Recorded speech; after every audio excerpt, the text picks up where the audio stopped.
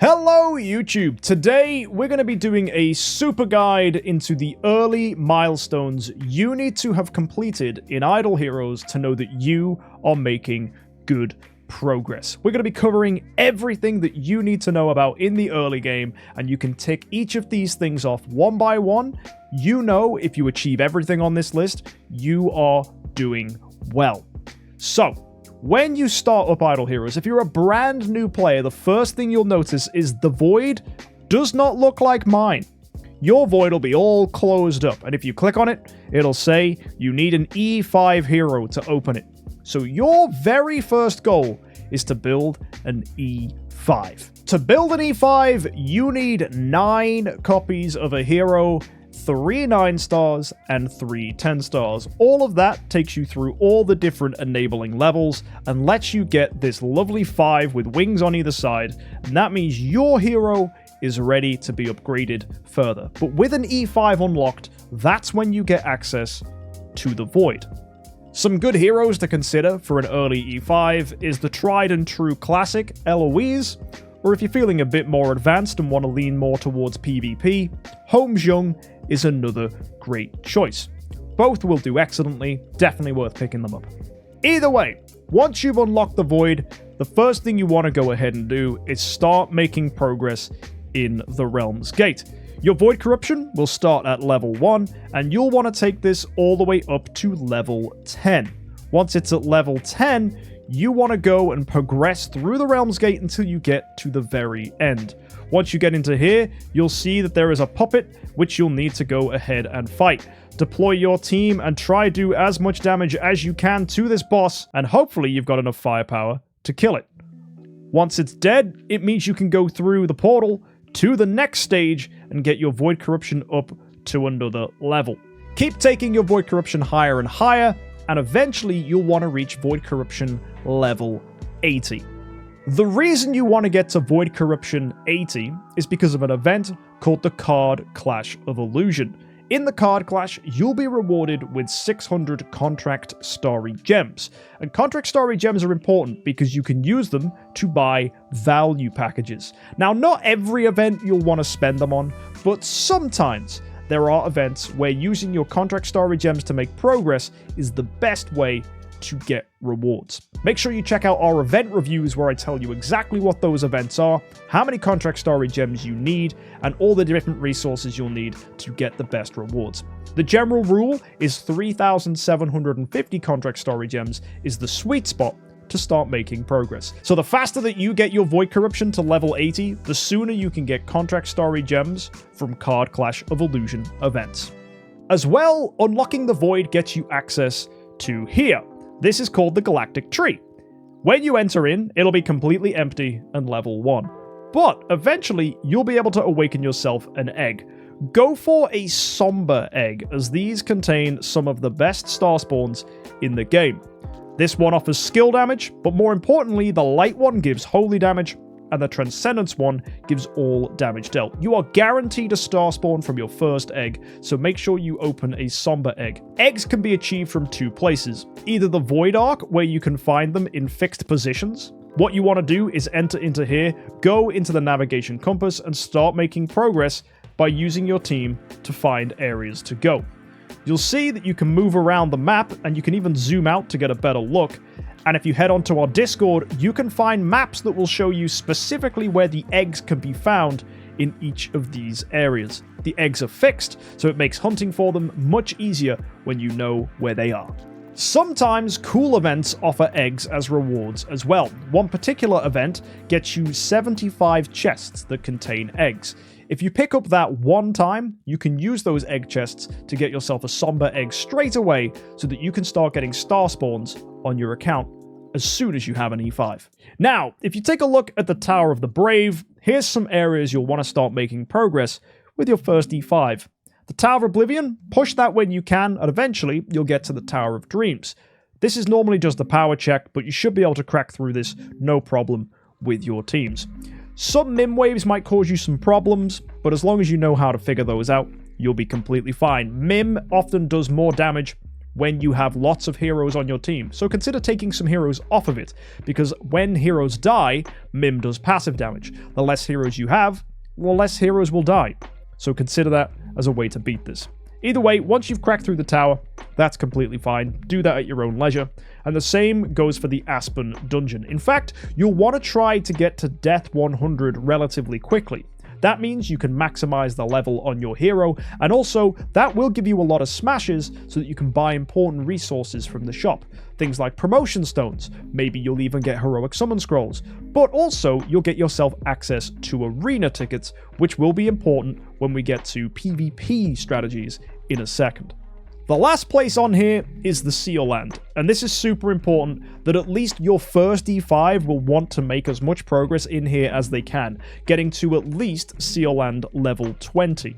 The goal for this is so that you can get as many resources as you possibly can, because you're getting 4-star heroes and you're getting resources that help you in the Celestial Island. These 4-star heroes are very helpful for making food early on, and food is often a bottleneck for newer players. The more food you have, the more heroes you can build, and the faster you can get more E5s and 10 stars to take those E5s even higher. So definitely make sure you're making progress in the Seal Land. Some other game modes you'll want to push through are the Fantasy Arcade.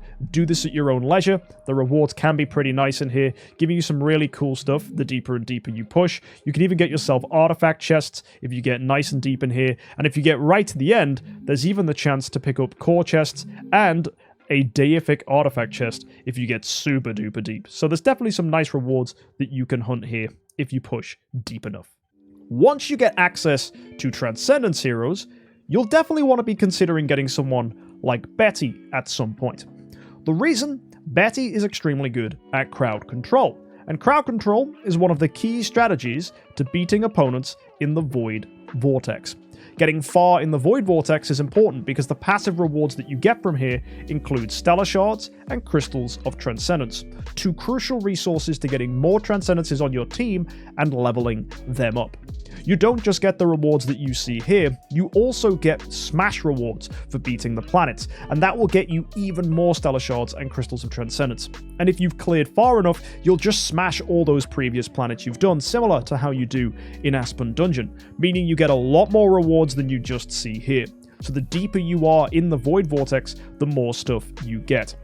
Even with just a Betty, you can go ahead and clear up to Prancer 1 for an early player. Some even manage to get Void Strider cleared, but that's extremely difficult. Getting Prancer 1, though, is absolutely fantastic. If you want to see how I managed to do it with just one Betty, I'll link a video up in the top corner of the screen so you can see how with just one Transcendence hero, I was able to clear all the way through Prancer.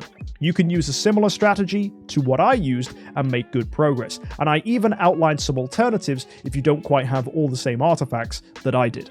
One of the most important milestones when you play Idle Heroes is getting to level 130. This unlocks Void Campaign. You need to beat all of the campaign levels, you need to have a hero at Void 4.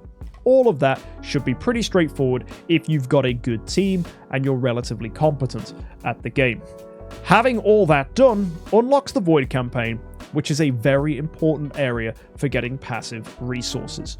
One of the first things you want to do when you get access to Void Campaign is beat Void Campaign level 110. The reason you want to beat this is because if you look at 119, the passive rewards here, they're pretty good.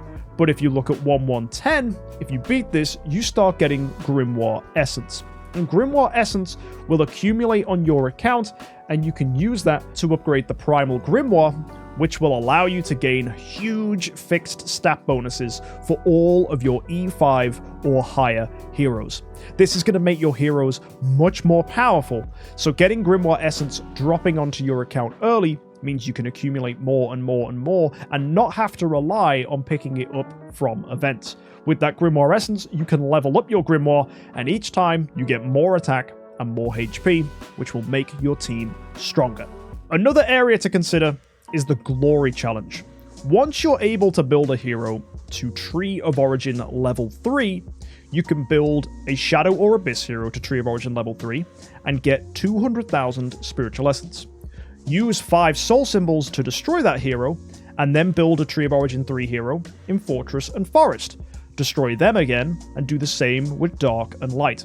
You will get yourself 600,000 Spiritual Essence for doing this across those 3 areas. And with the required Spiritual Essence you need to get to Tree of Origin 3 in the first place, you will have enough Spiritual Essence to get to Tree of Origin level 100, which is the 5th tier in the tree. Having access to the 5th tier in the Tree of Origin means you can fully sublime a hero if you want to, and you have access to all of their skills. In addition, you'll be able to take them to level 400, and eventually X upgrade them once you get access to X upgrades. At level 400, you have maximum attack and HP, and maximum speed on that hero. You can, if you want to, take their tree level even higher, to level 120. This will be expensive on your Spiritual Essence though, and I want to stress, if you are able to fully sublime a Transcendence hero, do not take them to level 120 like I have done here. That's because of 2 things. First of all, you'd rather save those Spiritual Essences for other heroes that you plan on building in the future. And second, if you do that, you will break the tier in the free team up arena, meaning that you will be now fighting people who have access to Destiny heroes, which is something that is much higher and out of your reach than early game stuff. Destiny heroes are improved versions of Transcendence heroes who have something called Divine Power that gives them a huge edge against other heroes. You don't want to fight these heroes in free team up arena, and you will find it very difficult to compete. As long as you never get yourself a fully sublimed level 120 hero, you will stay out of that arena tier. So make sure you don't build a hero with both of these things simultaneously. Either way, with access to a Tree of Origin level 5 hero, you're able to get yourself someone like Great Sage Wukong. Consider giving him improvements to his active skill Sublimation and his passive 2 to improve his stun, and you will have an extremely strong hero that should be able to clear the first 10 stages of Void Campaign so that you can start getting access to Grimoire Essence as fast as possible, because the sooner you get this on your account, the better. Now, one little trick people like to do once they get to level 130 is to stop claiming rewards from campaign. The reason is because if you claim rewards in campaign, you will get access to XP, and XP improves your account level. The higher your account level is, the more powerful opponents that you will face in the Trial of the Champions. If you keep your level lower than 140, you will be in a lower division where you'll be able to fight people, meaning you'll be able to compete much easier against opponents. And that means it'll be a lot easier for you to get access to Radiant Soul Crystals. These give you free awakens that you can do in the Soul Temple, and with those free awakens, you can then destroy the awakened heroes to get access to Contract Starry Gems. And remember earlier, I said they were super important to have because Contract Starry Gems allow you to maximize your rewards in events. So the more free awakened crystals you have, the better the rewards you can get from events. Save those free awakening crystals for opportunities to pick up B- or B stones, as these get you guaranteed high level awakens, which you can either use on your strongest heroes, or you can destroy them for even more Contract Starry Gems on your account. Every now and then we do get awakening opportunities which give you these stones, and that's when you want to use those free awakens. Eventually, you will have access to enough Spiritual Essence to get a hero to level 120.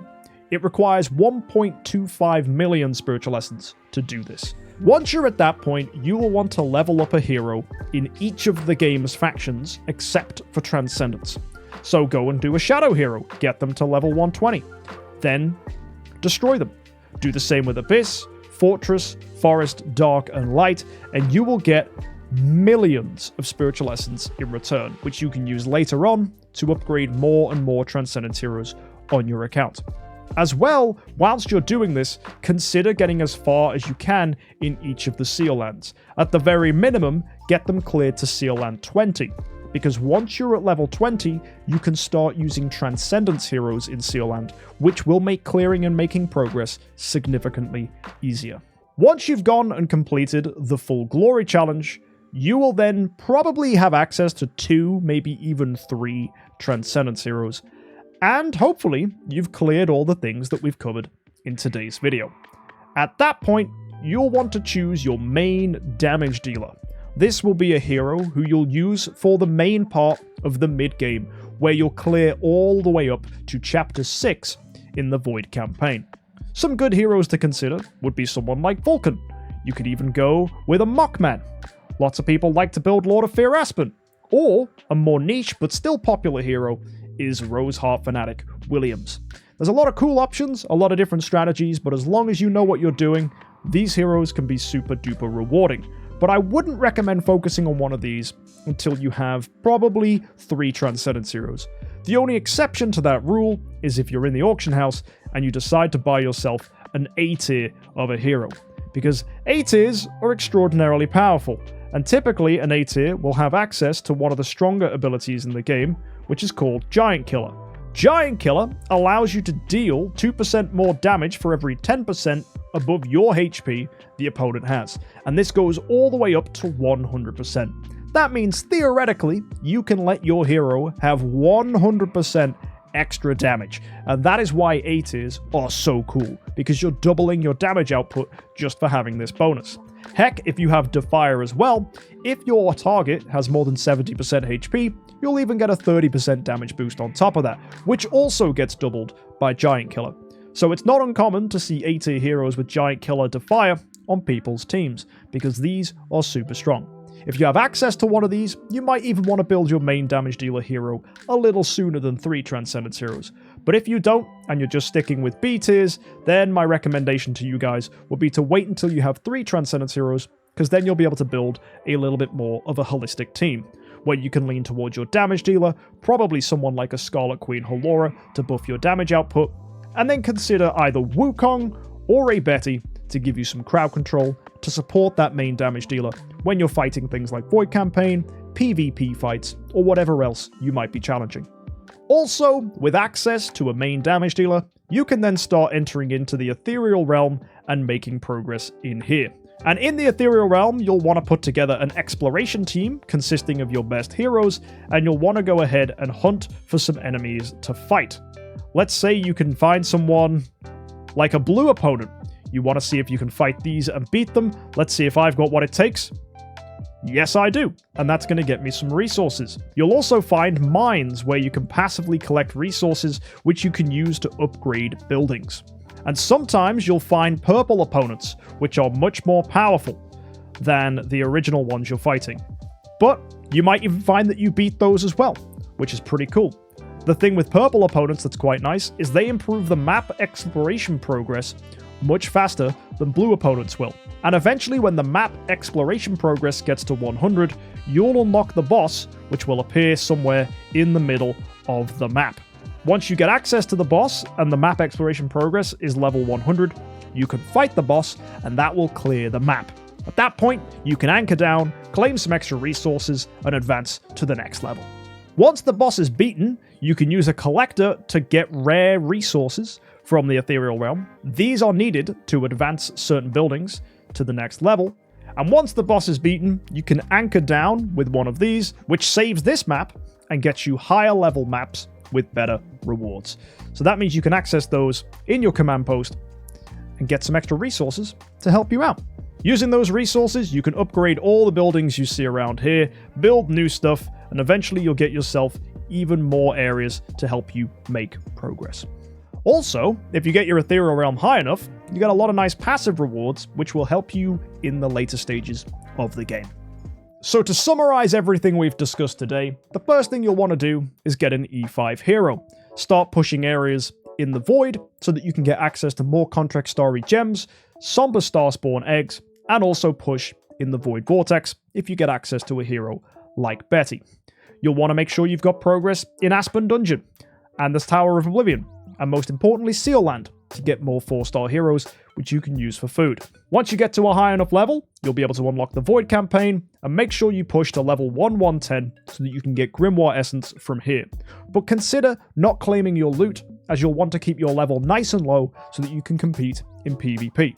The best PvP cutoff points are level 140 and level 180. You'll see I'm level 178 for that reason. Eventually, you'll get to a point where you can do the Glory Challenge. This middle tier gets you access to Tree of Origin 5, which is useful on a hero to help you clear the Void campaign's first few levels.